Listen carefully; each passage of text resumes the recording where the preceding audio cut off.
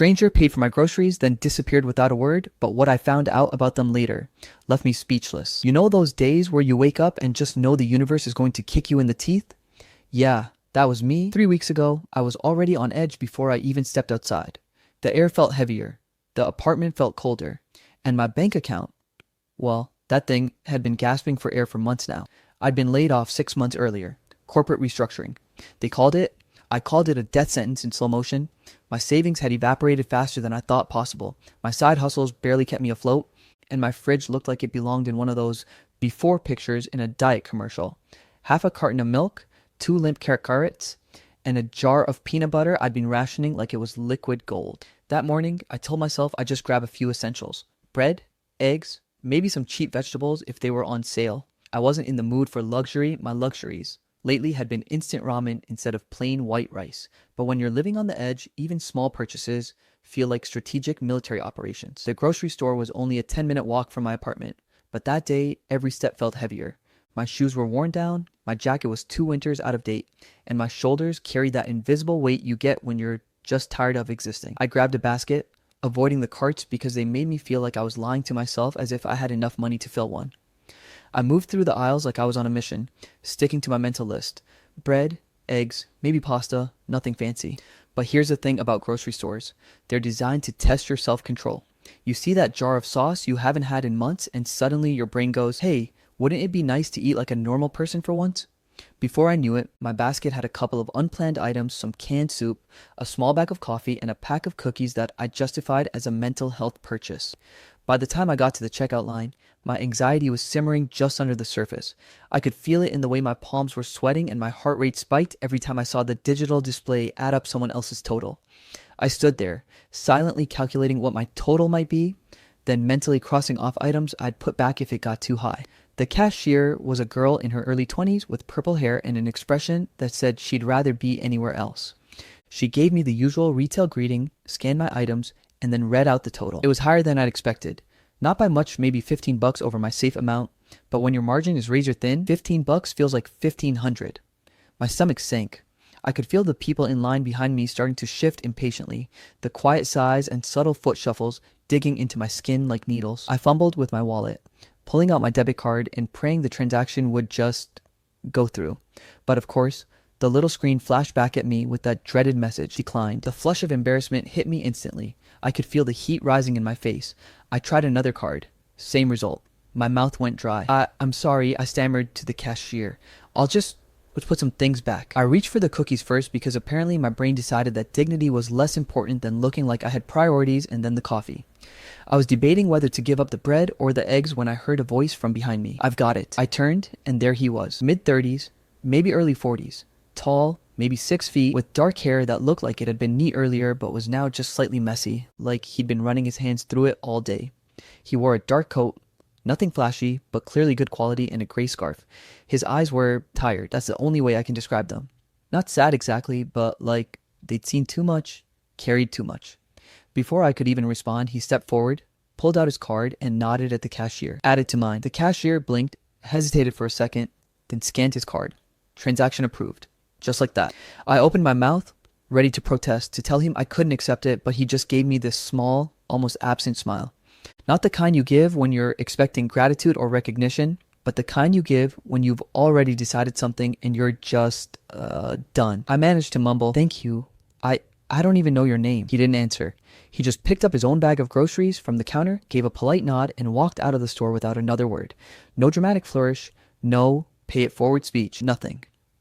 I stood there, holding my bag, feeling like I'd just been dropped into the middle of someone else's story. The people behind me shuffled forward, the cashier started scanning the next person's items, and I was left standing in that weird, awkward limbo where something significant just happened, but the world around you keeps moving like it didn't. By the time I stepped outside, he was gone. I scanned the parking lot, half expecting to see him loading his car or walking toward the bus stop. Nothing. Just a blur of strangers going about their day. I walked home with my groceries, my mind replaying the scene over and over. It wasn't just that he'd paid, it was the way he did it. No hesitation, no small talk, no attempt to make me feel better or worse, just done. And that's the part that stuck with me, because most random acts of kindness have a certain vibe to them. People will tell you they've been there too, or they'll make a joke, or they'll at least engage with you. This guy, he didn't want to thank you. He didn't want anything. It felt intentional. That night, I sat in my apartment, staring at my groceries on the counter, and I couldn't shake the feeling that this wasn't random. I didn't know why, but something in me needed to know who he was. Not just to thank him, though I did want to do that, but because my gut told me there was more to this. And I've learned something about myself over the years. When my gut tells me there's more to a story, I can't just let it go. I decided then and there that I was going to find him, no matter how long it took. If you've ever tried to track down a stranger in a city, you'll know it's like chasing smoke. You think you've got a lead, and then poof, gone. But when I woke up the morning after the grocery store thing, my brain was already wired. I had to find him. It wasn't about getting my $15 worth of groceries paid back. It was about, I don't know, understanding, closure, maybe even confirming my gut feeling that there was something about him I couldn't let go of. So I started with the most obvious place, the cashier. I went back to the grocery store the next day around the same time. Purple-haired cashier was there again, looking equally bored and mildly irritated by life. I waited until her line was empty, then stepped up with a single bottle of water just so I had a reason to be there. "Hey," I said awkwardly, leaning slightly over the counter. "Do you remember yesterday? The guy who paid for my groceries?" She scanned my bottle, shrugged, and said, "Yeah, I remember. What about him? Do you know him? Does he shop here often?" She frowned like she was trying to replay the memory. "Not really. I've never seen him before. He looked kind of distracted, I guess. Like he was thinking about something else the whole time. He didn't even look at the total. Just handed me his card." "Did he say anything to you?" I pressed. She shook her head. "Nope. Just paid and left. Seemed like he was in a rush, though." A rush. That stuck with me. He hadn't looked rushed, but maybe that's why he didn't stick around. "Did you see which way he went?" "Sorry," she said, handing me my receipt. I started ringing up the next customer. Didn't even notice him leave. I thanked her, left, and stood outside the store for a moment, looking around like maybe he'd magically reappear. Spoiler, he didn't. That night, I took the search online. I posted in our local community Facebook group and a subreddit dedicated to our city.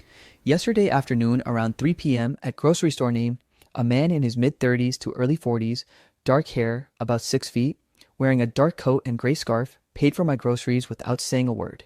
If you know him, please let him know I'd like to thank him. No strings attached, just want to say thanks. The responses came in fast. Half of them were the usual internet noise, jokes, sarcastic comments, and a handful of people telling me to let it go. But there were a few semi-useful ones. Someone thought they'd seen a guy like that at the coffee shop 2 blocks away. Another person mentioned seeing someone like him near the train station. None of them were solid leads, though. The next day, I decided to try something riskier. I went back to the grocery store, but this time I asked for the manager. Middle-aged guy, thinning hair, a name tag that said Rick. I explained the situation, told him I was just trying to thank someone, and asked if I could see the security footage from yesterday. Rick crossed his arms. "We don't normally let customers access our cameras." "I get it," I said quickly. "I'm not asking for personal info. I just want a screenshot of him so I can maybe post it online." He hesitated, clearly weighing whether this was worth the hassle. "You're lucky I'm in a good mood today," he finally said. "Come with me." We went into a small back office that smelled faintly of burnt coffee and cleaning supplies. Rick pulled up the footage from the right time and scrolled until we found it. There he was. Even in grainy security cam quality, I could tell it was him. The coat, the scarf, the hair slightly mussed. He was looking down when he handed the cashier his card, so his face wasn't fully visible, but it was enough. Rick paused the video. "I can give you a screenshot, but it's not going to be great quality." "That's fine," I said. "Anything helps." He printed the image on the office printer. It came out blurry, the kind of photo where you would have to squint and tilt your head just to make out the features. Still, it was something. Armed with my low-res picture, I went on what I guess you could call grocery store guy patrol. I hit the coffee shop someone had mentioned. No luck. I checked the bookstore down the street, hung around the bus stop near the grocery store, even wandered through the park a few blocks away. Nothing. I did this for 3 days straight, telling myself it wasn't creepy, that I was just being thorough. On the 4th night, I got a message on Facebook from a name I didn't recognize. It was short, almost cryptic. "I think I know who you're talking about. If it's the same guy, you should be careful. Look up. Local news story link." No. Hi. No context, just that. My stomach nodded instantly. I clicked the link. It was an article from about a year ago. Headline: "Local police still seeking leads in hit and run involving child." The victim was an 8-year-old boy named Matthew who'd been hit by a car while riding his bike. The driver had fled the scene. Witnesses described the suspect as a man in his 30s with dark hair, wearing, my heart skipped a beat, a dark coat and a scarf. The boy had survived but was left with serious injuries. The case had gone cold. I stared at the blurry screenshot from the grocery store next to the witness sketch in the article. They weren't identical sketches, never are, but the similarities were enough to make my pulse race. Was I looking for a good Samaritan or someone running from something? I didn't have an answer, but I knew one thing. I wasn't going to stop now. I wish I could say that after I got that strange Facebook message, things started to make sense. But no, that was the moment everything got infinitely more complicated. Suddenly, the grocery store stranger wasn't just a fleeting mystery. He was connected to something serious, something that made my gut twist in a way I hadn't felt before. I spent the next few hours staring at my laptop screen, reading every scrap of information I could find about the hit and run. The incident had happened about a year ago, just a few blocks from where I now lived. A kid named Matthew, just 8 years old, had been hit by a car while riding his bike. The driver had fled, leaving the neighborhood shaken and the family desperate for answers. What struck me most wasn't the tragedy itself, it was the descriptions of the driver. Dark hair, mid-30s, coat and scarf the same as the man who had paid for my groceries. I tried to dismiss it as coincidence at first. There are a lot of people in this city who wear dark coats and scarves, but the more I read, the less I could convince myself. Witnesses had said the driver looked distracted or in a rush. That phrasing hit me like a punch. I remembered the cashier saying the exact same thing about him. My stomach twisted. Kindness doesn't erase guilt, I told myself. Even if he paid for my groceries, it didn't mean he wasn't capable of something terrible. Still, I couldn't stop thinking about him. Something about that brief interaction in the store, the calm, quiet way he handed over his card, the tired look in his eyes told me there was more to his story. I felt conflicted. Part of me wanted to confront him, to demand answers. Another part of me was terrified of what I might find. I started digging deeper. I checked local forums, police reports, news archives, anything that might give me a clue about the man who paid for my groceries. Every lead was tenuous, but I followed them obsessively, retracing his possible steps. I went back to the grocery store several more times, asking the cashier and manager the same questions, trying not to look desperate. Every time I saw the same blank, polite expressions. They hadn't seen him again, and I started to realize that maybe he moved fast, that he wasn't someone who lingered. Then finally, after days of wandering through nearby streets and cafes, a vague trail started to form. I started noticing patterns. There were a few spots he seemed to frequent the coffee shop I'd already checked, a small bookstore tucked into an alley, and a park near the lake. It wasn't much, but it was something. On the fourth day of this self-imposed surveillance, I decided to try something different. I walked to the park in the late afternoon when the sunlight softened and the air smelled faintly of damp leaves and water. It was quiet. The kind of quiet that makes you hyper aware of every sound, the rustle of trees, distant car engines, the occasional bark of a dog. I sat on a bench a little way from the lake, pretending to read a book while scanning the paths. My heart raced every time someone walked past, every time a figure turned a corner. And then I saw him. He was sitting alone on a bench near the water's edge. Dark coat, gray scarf, posture slightly hunched as he stared out across the lake. My chest tightened. I wanted to run over, to finally ask him about the groceries, about everything. But something held me back. Instead, I watched. I watched the way he folded his hands in his lap, how his gaze seemed to pierce through the water, not at it. He wasn't talking on a phone. He wasn't writing. He wasn't doing anything except sitting there, lost in thought. It was almost hypnotic, watching him from a distance. I felt like I was intruding, like I was watching a private moment I wasn't supposed to see. And then I noticed it, his leg bouncing slightly, a nervous rhythm, like he was wrestling with something inside. It struck me how human he was, how vulnerable, how painfully alone. I realized something in that moment. This wasn't someone who simply wanted to vanish. He was running from something, yes, but not in the way a criminal runs from the law. He was running from guilt, from pain, from a past he couldn't escape. I stayed there for hours, watching him as the sun dipped lower in the sky, painting the lake in shades of gold and orange.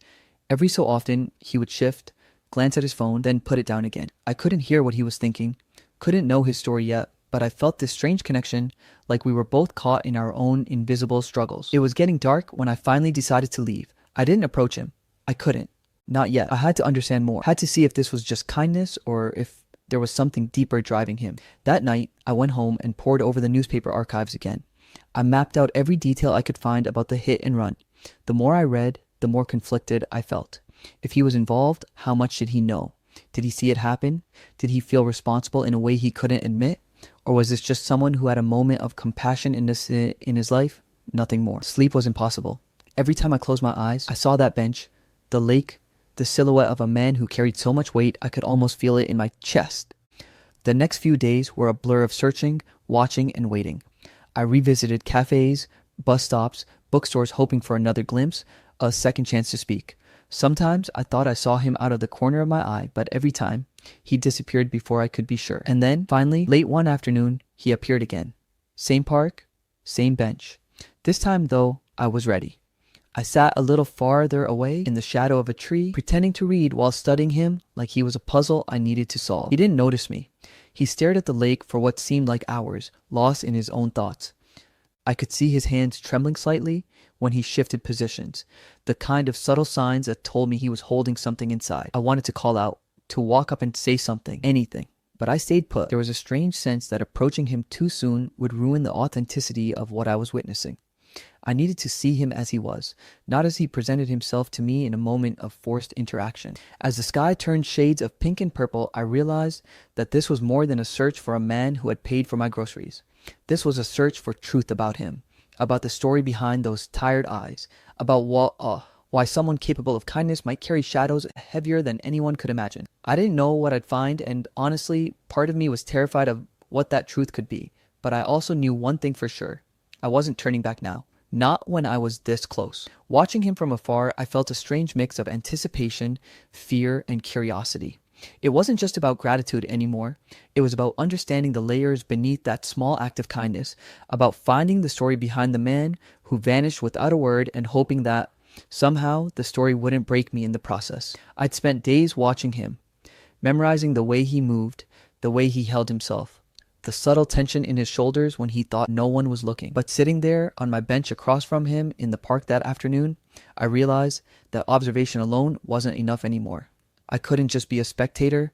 I had to know, had to confront the person behind the tired eyes, behind that strange, quiet kindness. I took a deep breath, the kind that fills your lungs with air and empties your hesitation, and stood. My legs felt like lead, and every step toward him made my chest beat faster. What if he reacted badly? What if I had misread everything? But I kept moving anyway, the pull of curiosity and unresolved questions stronger than any fear. "Excuse me," I called softly as I approached the bench. He didn't look up at first, his eyes fixed on the lake. I tried again. "Hey, I just wanted to say thank you for the other day at the store." That's when he finally glanced up, and I'll never forget the look on his face. It was like I'd startled a wild animal, tense, guarded, wary. His eyes narrowed slightly, and for a moment I thought I'd made a terrible mistake. What?" he said cautiously, his voice low, careful. "You know," I continued, fumbling a little, "you paid for my groceries. You didn't have to, but you did. I just wanted to say thanks." He stiffened, shifted on the bench, and for a heartbeat, it seemed like he was going to deny it. I don't know what you're talking about," he said, his eyes flicking around as if searching for an escape route. But then, a subtle exhale, a shift in his posture, and the corner of his mouth turned up just slightly. "Okay," he said softly, almost to himself. "Yes, that was me." Relief and curiosity warred in me at the same time. "Why?" I asked, not trying to hide the tremor in my voice. "Why did you do it? Why just pay and walk away?" He looked down at his hands, fingers intertwined, and knuckles white. I don't want to make a big deal about it," he said. "I don't want anyone to think I'm trying to be a hero or anything." I nodded slowly, sensing that there was something deeper behind those words, something heavy that he wasn't ready to share. "It's not about being a hero," I said gently. I want to understand." It felt intentional, like there was a reason. His eyes met mine for the first time in full, and I saw it, the weight he carried. The kind that doesn't come from bills or bad days at work. Something older, something unresolved. "I'm running from something," he admitted finally, his voice barely above a whisper. "Something I can't fix, but I'm trying. Trying to make amends in little ways. Small things that don't draw attention." I didn't know what to say. I could only nod, letting the words settle between us. He wasn't just a stranger who had been kind. He was a person carrying a burden so heavy it had shaped the way he moved through the world. We sat there for a while in silence, the lake reflecting the fading sunlight like a mirror, until the moment was abruptly broken by the shrill ring of his phone. He glanced at it, and the tension in his shoulders skyrocketed. "I have to go," he muttered, standing so quickly that his bag fell off the bench. "Wait," I said, reaching for him, but he was already halfway down the path, phone pressed to his ear, talking rapidly. His voice was sharp, clipped, and for a second I could hear the urgency, a command, almost. Then he was gone, swallowed by the shadows of the trees and the murmurs of the park. I looked down at the bench and noticed something I hadn't seen in the rush, a small, worn-out notebook. Leather, frayed at the edges, pages yellowed and soft from constant handling. I picked it up carefully, hesitating before opening it, not sure if I was invading something private. Inside, the pages were a mess of sketches, notes, and handwriting, so neat in some places and frantic in others that it was like reading someone else's heartbeat. There were drawings of a child, a bike, a small figure, a face, and next to the sketches, a name circled over and over. Matthew. My heart caught. The name hit me like a punch in the chest. I remembered the news story, the hit and run from a year ago, the same name. My stomach twisted as I flipped through more pages, seeing notes, dates, times, locations. It was as if this notebook had been tracking someone, maybe even trying to solve something, to keep something right that had gone terribly wrong. I felt a mixture of fear and fascination. Here was the man who had quietly helped me, and he was also entangled in something much larger, something painful. I didn't understand everything yet, but I knew two things with absolute certainty. One, this stranger had secrets, and two, those secrets were connected to something or someone very important. I sat on the bench, notebook in hand, feeling the weight of what I'd just discovered. My mind raced through scenarios. Had he been involved in that hit and run? Was he trying to make up for it somehow, or was he protecting someone else? The clues were scattered, cryptic, and tantalizingly close to the truth. I realized that this was no longer about just thanking him for the groceries.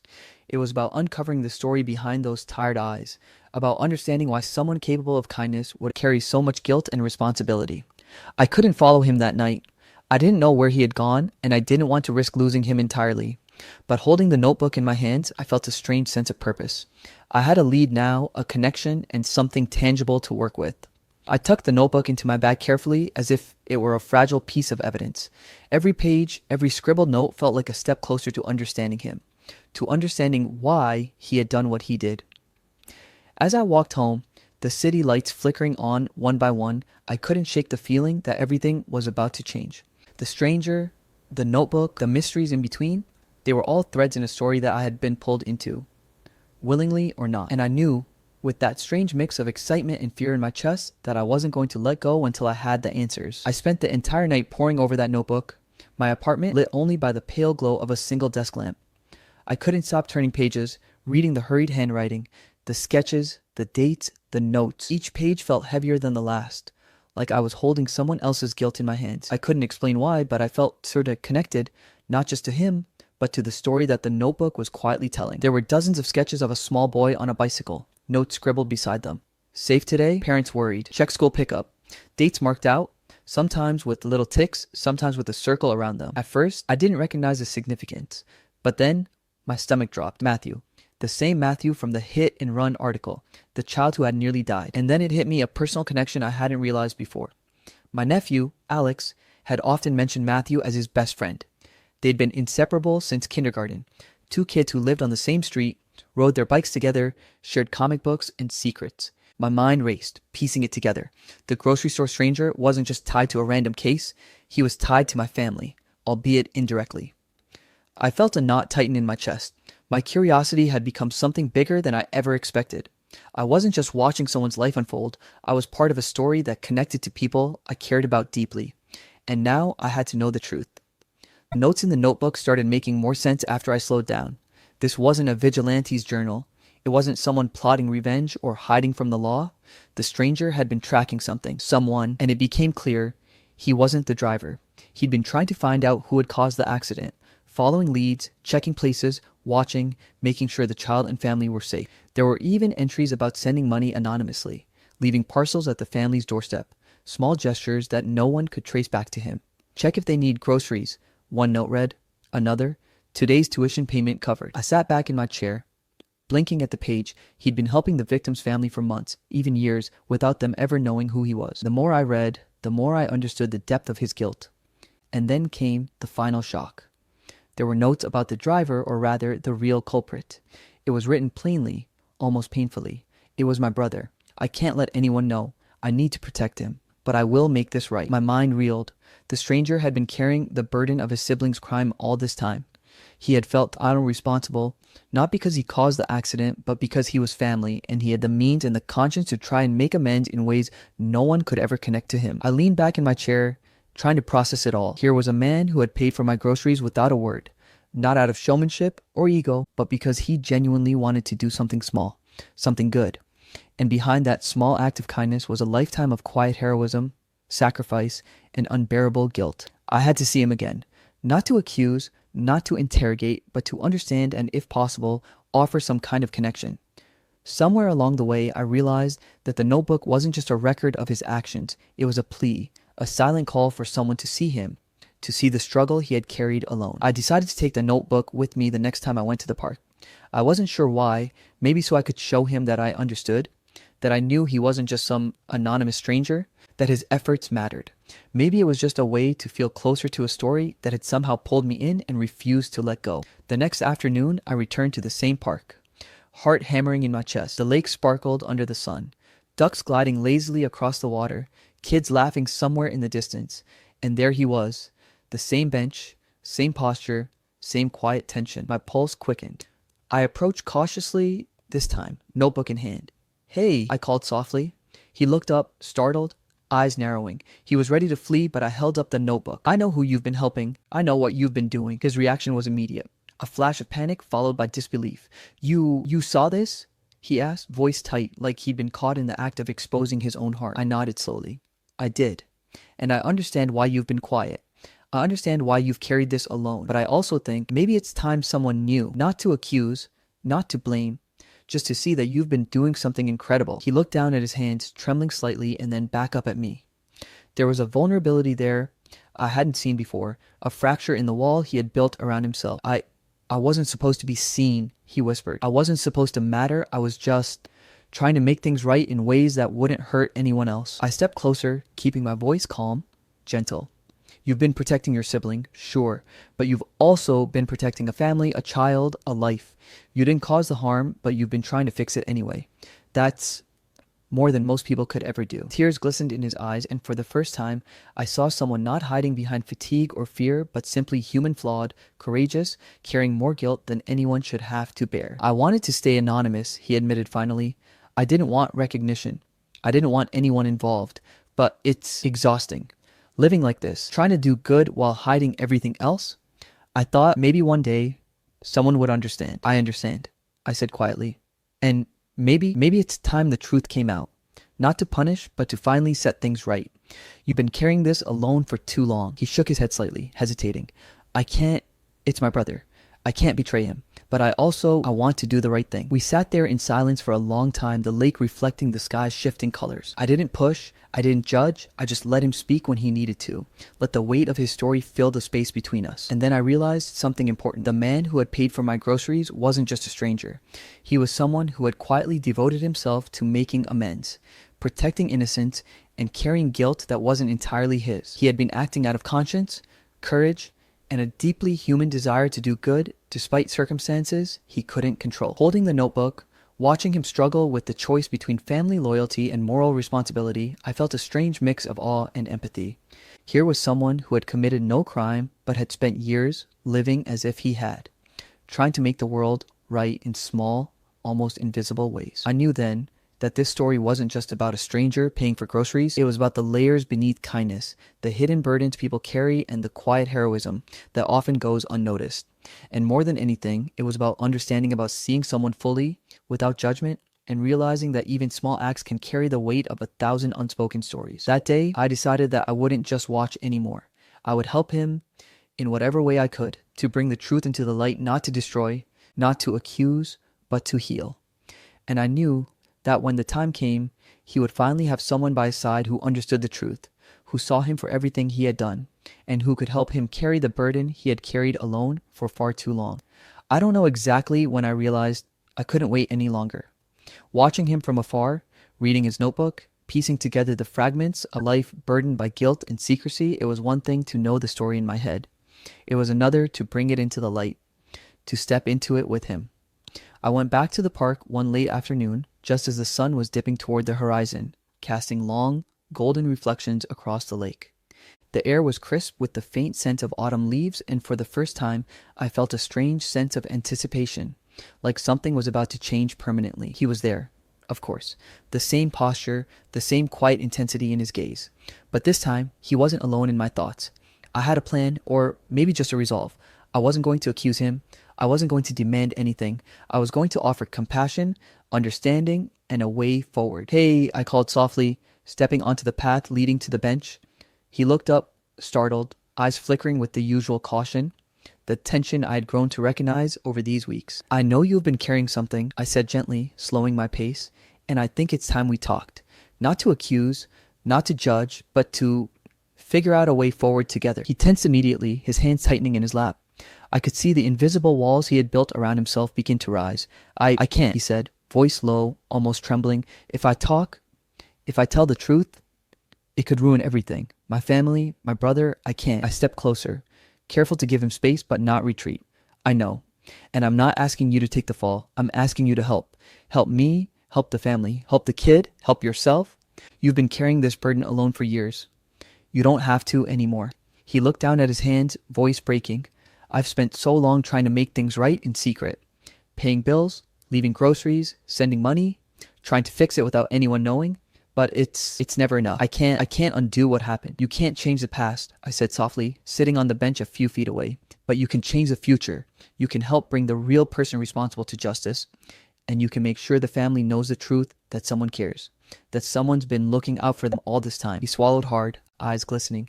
I could see the internal struggle, the clash between loyalty to a family member and moral responsibility, tearing him apart. It's my brother, he admitted finally, voice barely audible. He caused it. I wasn't there. I didn't hit the kid, but I can't betray him. I can't. I understand loyalty, I said quietly, but loyalty doesn't mean silence in the face of harm. Protecting someone from consequences doesn't undo the damage. You've already been protecting them in ways that matter, helping the family, caring for the child. But now you can help finish what you started. Do the right thing without destroying yourself. He looked at me for what felt like an eternity, tears welling up in his eyes. Then finally, a deep breath. He nodded slightly. Okay, I'll do it, but I need guidance. I need someone to make sure I don't screw this up. I can't do it alone. You won't be alone, I assured him. We'll do this together, step by step. Over the next few days, we worked carefully, meticulously. I helped him compile evidence from the notebook, cross-referencing it with financial records, locations, and timestamps. We reached out discreetly to authorities, providing them with the information we had gathered. He was cautious, nervous, but determined, a side of him I hadn't seen before. A quiet courage that matched the weight he had carried for so long. Eventually, law enforcement got involved. The investigation was careful and thorough, with him providing statements and context to the evidence while protecting himself from direct implication. The truth began to emerge that the hit and run wasn't his fault, but that he had been quietly monitoring and supporting the family ever since, out of both conscience and guilt over his brother's actions. Finally, the authorities located his brother. Arrests were made, witnesses were interviewed, and for the first time in over a year, the family of Matthew, the child who had suffered so much, could feel a sense of closure. I watched from a distance as the victim's parents received reassurances, knowing that someone had been looking out for them all along. Through it all, the stranger, my mysterious, quiet stranger, remained remarkably humble. He never sought recognition, never wanted attention, never asked for thanks, but I could see the relief in his posture, the easing of tension in his shoulders. He was no longer carrying the weight alone. After everything settled, we sat together on that same park bench where it had all begun. The notebook lay open between us, pages filled with sketches, notes, and dates that told a story of pain, responsibility, and quiet heroism. You've been carrying this for so long, I said softly. I can't imagine what it was like. He nodded, staring at the lake, sunlight glinting off the water. I just wanted to make it right, and I didn't want anyone to know, but it's different now. It feels lighter. I smiled faintly. Sometimes, even one small act of kindness, like paying for groceries, can lead to something much bigger. It can change lives, even yours. He looked at me then, truly looked at me, and for the first time I felt a genuine connection beyond the mystery, beyond the guilt, beyond the notebook. I never expected this, he admitted. I never thought anyone would understand. You're not alone anymore, I said, and you don't have to carry it all by yourself, ever. For a long while, we sat there, two strangers turned allies, watching the lake ripple in the golden light. The world felt quieter somehow, the weight of the past easing with each shared word, each acknowledgement of truth. I realized then that the story hadn't just been about him, or about the child, or even about the accident. It had been about the power of connection, about the way compassion can reach across barriers of fear and guilt. It had been about the way one small act of kindness, the swipe of a card in a grocery store, could ripple outward, transforming lives in ways neither of us could have predicted. When I finally left the park that evening, the notebook safely tucked away, I felt a profound sense of closure and gratitude. The stranger who had once disappeared without a word was now someone I knew, someone I understood, someone who had changed my life and allowed me to help change his. We would continue to keep in touch, quietly, cautiously, without needing the spotlight, without seeking recognition, but the bond we had formed, born of mystery, driven by truth, solidified by shared purpose, was unshakable. And I knew that even if nothing else came of it, one small gesture, a simple act of kindness, had left a permanent mark on both our lives. It was more than groceries. It was more than guilt. It was proof that even in a world filled with mistakes, silence, and hidden burdens, people could still do the right thing. And sometimes that was enough to change